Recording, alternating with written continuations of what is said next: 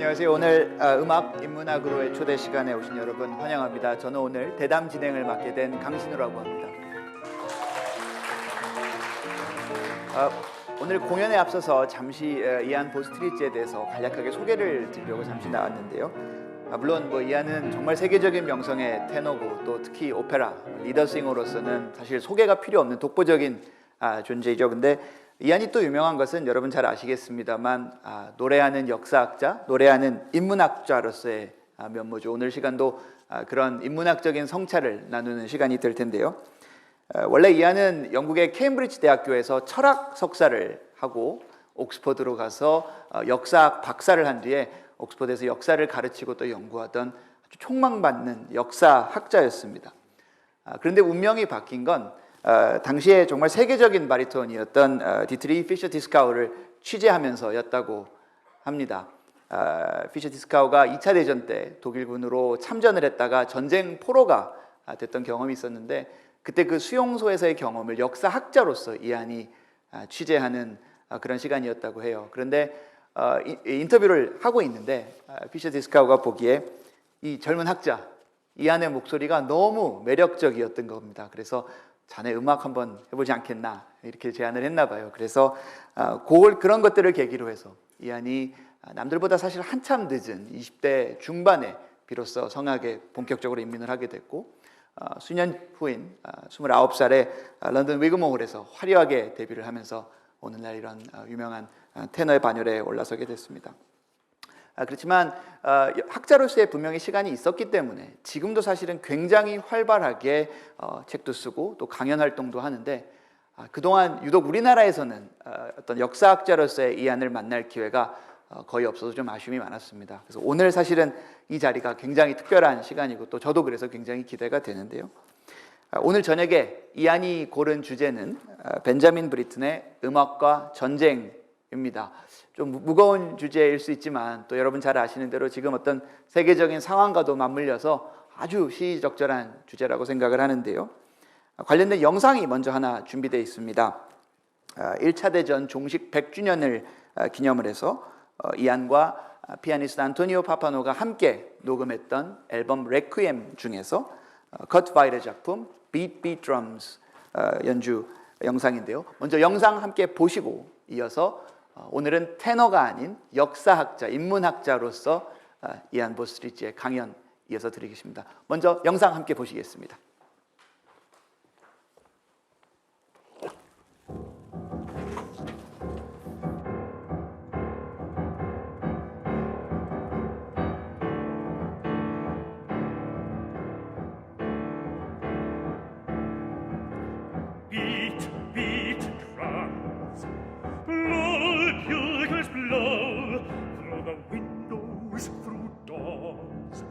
Burst like a ruthless force into the solemn church and scatter the congregation into the school where the scholar is studying. Leave not the bridegroom quiet, no happiness must he have now with his bride, nor the peaceful farmer any peace plowing his field or gathering his grain. So fierce you were and pound you drums, so shrill you bugles blow.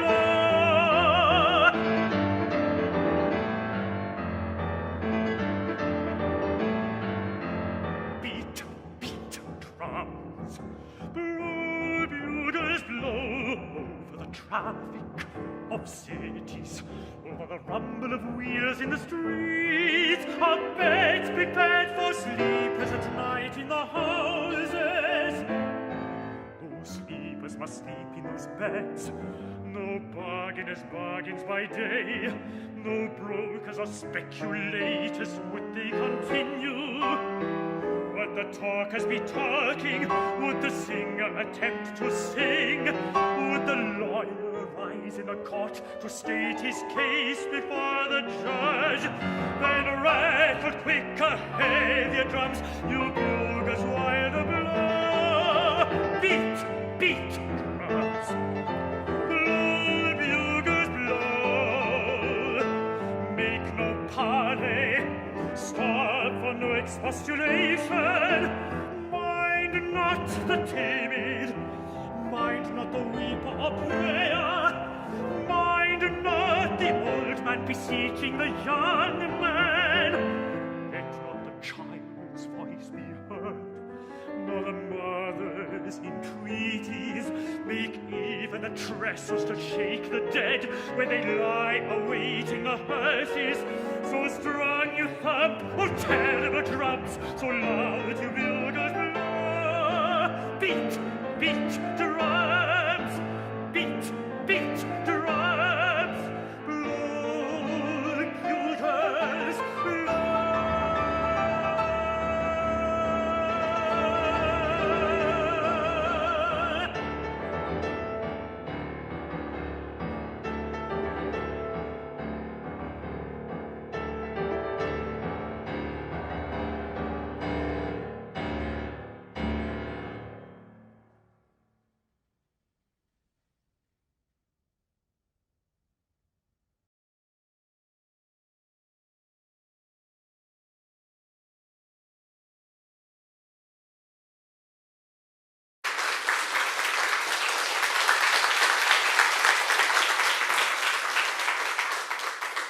So, what you just heard was a song by Kurt Weil, the German refugee from Nazism who fled to the United States in the 1940s. It's a setting of a poem by Walt Whitman, which Whitman himself wrote during the American Civil War, some 80 years before. And here we have Kurt Weil trying to make himself part of America by attaching himself to this song of war, of probably the very first mechanized war in history. The first war with universally guns with rifling, with Gatling guns, with machine guns. So quite a significant moment in the history of warfare. It's an enormous pleasure and an honor for me to return to Korea, a country I've been visiting now for 20 years or so, singing all sorts of repertoire, from the Baroque to the Romantic, with orchestra and with piano. On this occasion, I'm going to be singing with the Sejongsoloists, a very wonderful orchestra. I'm going to be singing a very great song cycle, Les Illuminations, by a very great composer, Benjamin Britten, a composer very close to my heart for a number of reasons. Britten's music was part of my growing up in the 1970s in the UK. He wrote a lot of his greatest music for us children, but because it was for children, didn't mean that he didn't pour his best efforts into it. When his friend, the musicologist Hans Keller, urged him to write more music in the mainstream classical genres or forms, those of symphony, piano concerto, or sonata, he replied that that was just not his way. He put a lot of his energy into opera, but even there, he mostly worked at what we might call the margins. Chamber operas for chamber orchestras, like The Turn of the Screw or The Rape of Lucretia. Marginal subjects, like his adaptation of Thomas Mann's novella Death in Venice. Or even more radical innovations like the Parable for Church Performance, Curlew River, based on a Japanese no play. He poured a lot of his greatest music into pieces in which children sang. Ceremony of Carols for Boys and Harp, the amateur opera, Neuer's Flood, the vaudeville, which he wrote for the Vienna Boys Choir, The Golden Vanity. These are all pieces I sang in as a boy, and so Britten is sort of written into my musical being. Another reason for Britten's importance to me as a singer is the license he gave me as a British singer, a singer from what the Germans used to call Das Land ohne Musik, the land without music, to sing confidently and, as it were, authentically on a world stage. Above all, to perform the leader of Schubert, Schumann, and Wolf, as Britten and his partner, the tenor Peter Pears, did to revelatory effect. Not only did Benjamin Britten raise the standards and sights of British music making as a performer, he also gave us a wealth of music almost unparalleled in our history. You'd have to go back to Handel, a born German but an adopted Englishman, to find the like of it. For me personally, this has meant an extraordinary body of song. It's arguable that Britten is the greatest song composer in the generation after Mahler and Richard Strauss. And we also have some amazing choral works. But above all, perhaps, for me and for many other people, it has meant his War Requiem of 1962, which I've now performed in public about 96 times. We all exist in the shadow of war. Throughout human history, it's perhaps peace that needs explaining rather than war. On a personal level, we live with the unexpected, random consequences of war. In my case, if my mother's first husband had not been killed on the Western Front in 1916, I wouldn't be here today. The broader political effects of past wars are all around us in the news every day. The Israeli-Palestinian impasse today is a distillation of wartime decisions made in 1917, 1948, 1956, 1967, 1973, among others. The peoples of Korea, who suffered in a truly devastating war, often forgotten in the West, know this better than anyone. And we see all over the world the ways in which history can be difficult to evade or to understand. The understanding of historical complexity in the genesis and stubborn persistence of conflict can seem at one and the same time a heartless evasion, yet an absolute moral necessity. Britain's life and music were forged in the aftermath of wars, the two world wars, which have haunted societies, East and West, ever since. Born in November 1913, his maternal uncle was killed on the Somme in 1916, and one of his earliest memories was of a shell exploding opposite his house on the seafront at Lowestoft in the days around the Battle of Jutland, the only major naval engagement of the First World War. Between the wars, he developed as a pacifist, writing a school essay against war, much to the disgust of his teachers, refusing to join the school's officer training corps, distributing League of Nations pamphlets which advocated disarmament, the banning of arms sales, and the use of sanctions. Returning to the UK from a brief period in the US in 1941, via a dangerous transatlantic passage, Britain registered as a conscientious objector. And I quote, "The whole of my life," he wrote to the panel that assessed his application, "the whole of my life has been devoted to acts of creation, and I cannot take place in acts of destruction." The pacifists of the 1930s, W.H. Auden's low, dishonest decade, as he called it in a poem, notably failed to halt the headlong march to war in Europe. War was, of course, arguably already raging in Asia by 1931, and the Japanese invasion of Manchuria, which gives us really only less than a decade of some sort of peace for the combatant nations at large, since the Russian Civil War ended only in 1923. So that's the end of the Russian Civil War, 1923, Japanese invasion of Manchuria, 1931. Britain's position in the 1930s, as part of a circle of progressive intellectuals opposed to the advance of fascism, was understandably not entirely clear. It was ultimately for Britain, only confrontation with the realities of wartime conscription that clarified his pacifist stance.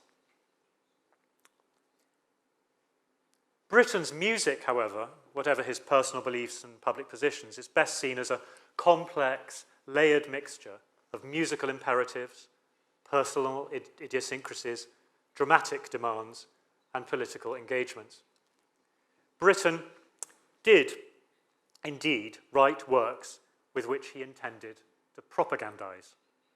In some, the element of propaganda seems to overwhelm the questions of aesthetic value. One might suggest this to be the case with the pacifist march to words by Ronald Duncan, who later became librettist of his opera, The Rape of Lucretia. One might also say the same about Advanced Democracy, to words by Randall Swinger. Both were products of the Popular Front period of the mid-1930s. The War Requiem, 1962, is a different matter. While clearly intended as an artistic statement of Britain's stance against war, the War Requiem is a thing of such complexity and ambiguity, and Britain was nothing if not the master of musical poetic ambiguity and musical drama, viz. Turn of the Screw, Billy Budd, Death in Venice, that it is better seen as an act of remembrance, a bearing of witness, rather than as primarily or uncomplicatedly an extended song of protest. Britain wrote a simple account of his intentions in composing the War Requiem to his sister Beth. I hope it'll make people think a bit. This just after the first performance in 1962, in the era of Cold War brinksmanship, just after the erection of the Berlin Wall, and just before the Cuban Missile Crisis. But later on in the 1960s, he offered to the painter Sidney Nolan a more thoughtful and mystery-weaving account of his purposes, one fully consonant with his self-identification as an artist-dreamer, all the way from Les Illuminations, via the Serenade and the Nocturne, to the opera he made of Midsummer Night's Dream. In his remarks to Sidney Nolan, he painted the War Requiem as an attempt to modify or to adjust the wrongs of the world or the pains of the world with some dream, with some aesthetic kind of object. In this aesthetic, rather than merely propagandistic sense, Britain's works from the 1930s on are suffused with war. In the same way that an oeuvre so preoccupied with childhood innocence seems an apt consequence of the Freudian Revolution, so a life led in the persistent shadow of violent conflict inflects and influences most of Britain's work. Take the piece he called his real Opus 1, the radical, dizzying, florid orchestral song cycle, Our Hunting Fathers, in which man's relentless abuse of animals stands proxy for the political violence of the age. A few years later, Britain wrote his Sinfonia da Requiem, the circumstances of whose commission reflect the discomforts of that low, dishonest decade of which Auden spoke, not to mention the moral compromises to which a jobbing composer might be prey. Britain was commissioned to write the piece by a Japanese government-appointed committee seeking works to celebrate the 2500th anniversary of the notional founding of the imperial dynasty in 1940. This was the Japanese regime which had been fighting in Manchuria since 1931 and which had been the aggressor in the Second Sino-Japanese War, on which Britain's friends Auden and Isherwood had reported in 1937. Britain accepted the commission, which was also undertaken by Richard Strauss and Jacques Ibert, among others, and he even planned to visit Tokyo in due course on the condition that there would be no jingo, as he put it. Much to the contrary, Britain set about writing a piece which was almost bound to offend the Japanese committee, headed by Fumimaro Konoye, the Japanese Prime Minister 1937 to 39 and 40 to 41, and a key figure in the Japanese invasion of China in 1937 and the intensifyingly totalitarian tendency of Japanese politics over those years. Britain told the New York Sun in April 1940 that he was making it just as anti-war as possible. He dedicated it to his late parents, and he wrote the Sinfonia structured around the rituals of the Catholic Requiem Mass for the dead. Britain summed up the genesis of the work quite aptly a couple of years later in 1942, writing that the death of his parents, quotes, had an especially powerful effect on me and set me, in self-defense, analyzing my feelings in regard to suffering and death. To this personal tragedy were soon added the more general world tragedies of the Spanish and the present wars. It's nevertheless hardly surprising that the work was rejected for the centenary celebrations as being so very different from the anticipation of the committee, as they said.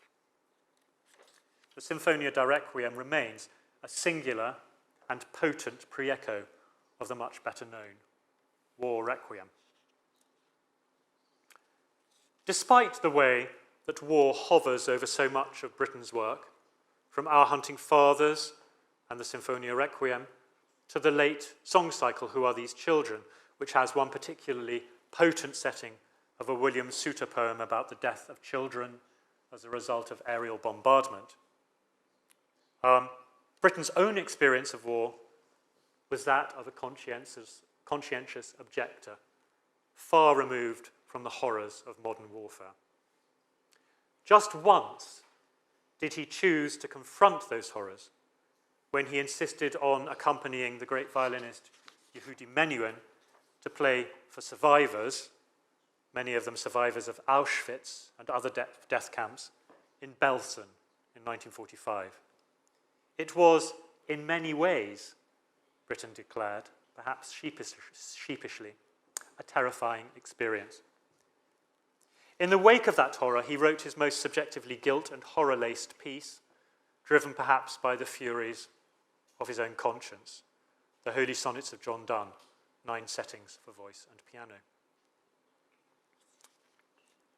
On this tour in Korea, I have been and will be singing a cycle for voice and orchestra, Les Illuminations, that would seem at first sight to be a million miles from all this, in setting with superb, in both senses, originality, the words of the enfant terrible of French poetry, Arthur Rimbaud, Britain confronted with an almost ideal balance between subjectivity and objectivity, peerless technique and sensuous inventiveness, insistent rhythm and seductive melody. Both the intoxicating and repellent craziness of modern living and the discovery of his own sexuality, the homosexuality he shared with the young Rimbaud.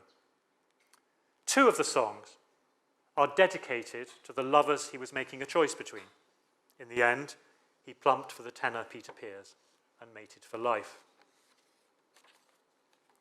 But the very opening of Les Illuminations is a clue to the darker unease which bubbles beneath the bright, glittering surfaces of Les Illuminations.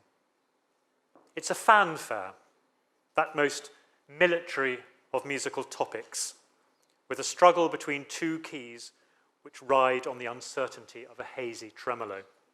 The last setting, Départ, the goodbye to all that, is a threnody, though, and one that throbs with aching premonitions. Largo mesto, it is marked, slow, mournful, and the last words set talk of l'affection et le bruit neuf, new noise, the noise of war, perhaps. And after the voice has finished, the throbbing continues in the strings, morendo, dying. And as the music ends, at the bottom of the score, we read Amityville, New York, October the 25th, 1939.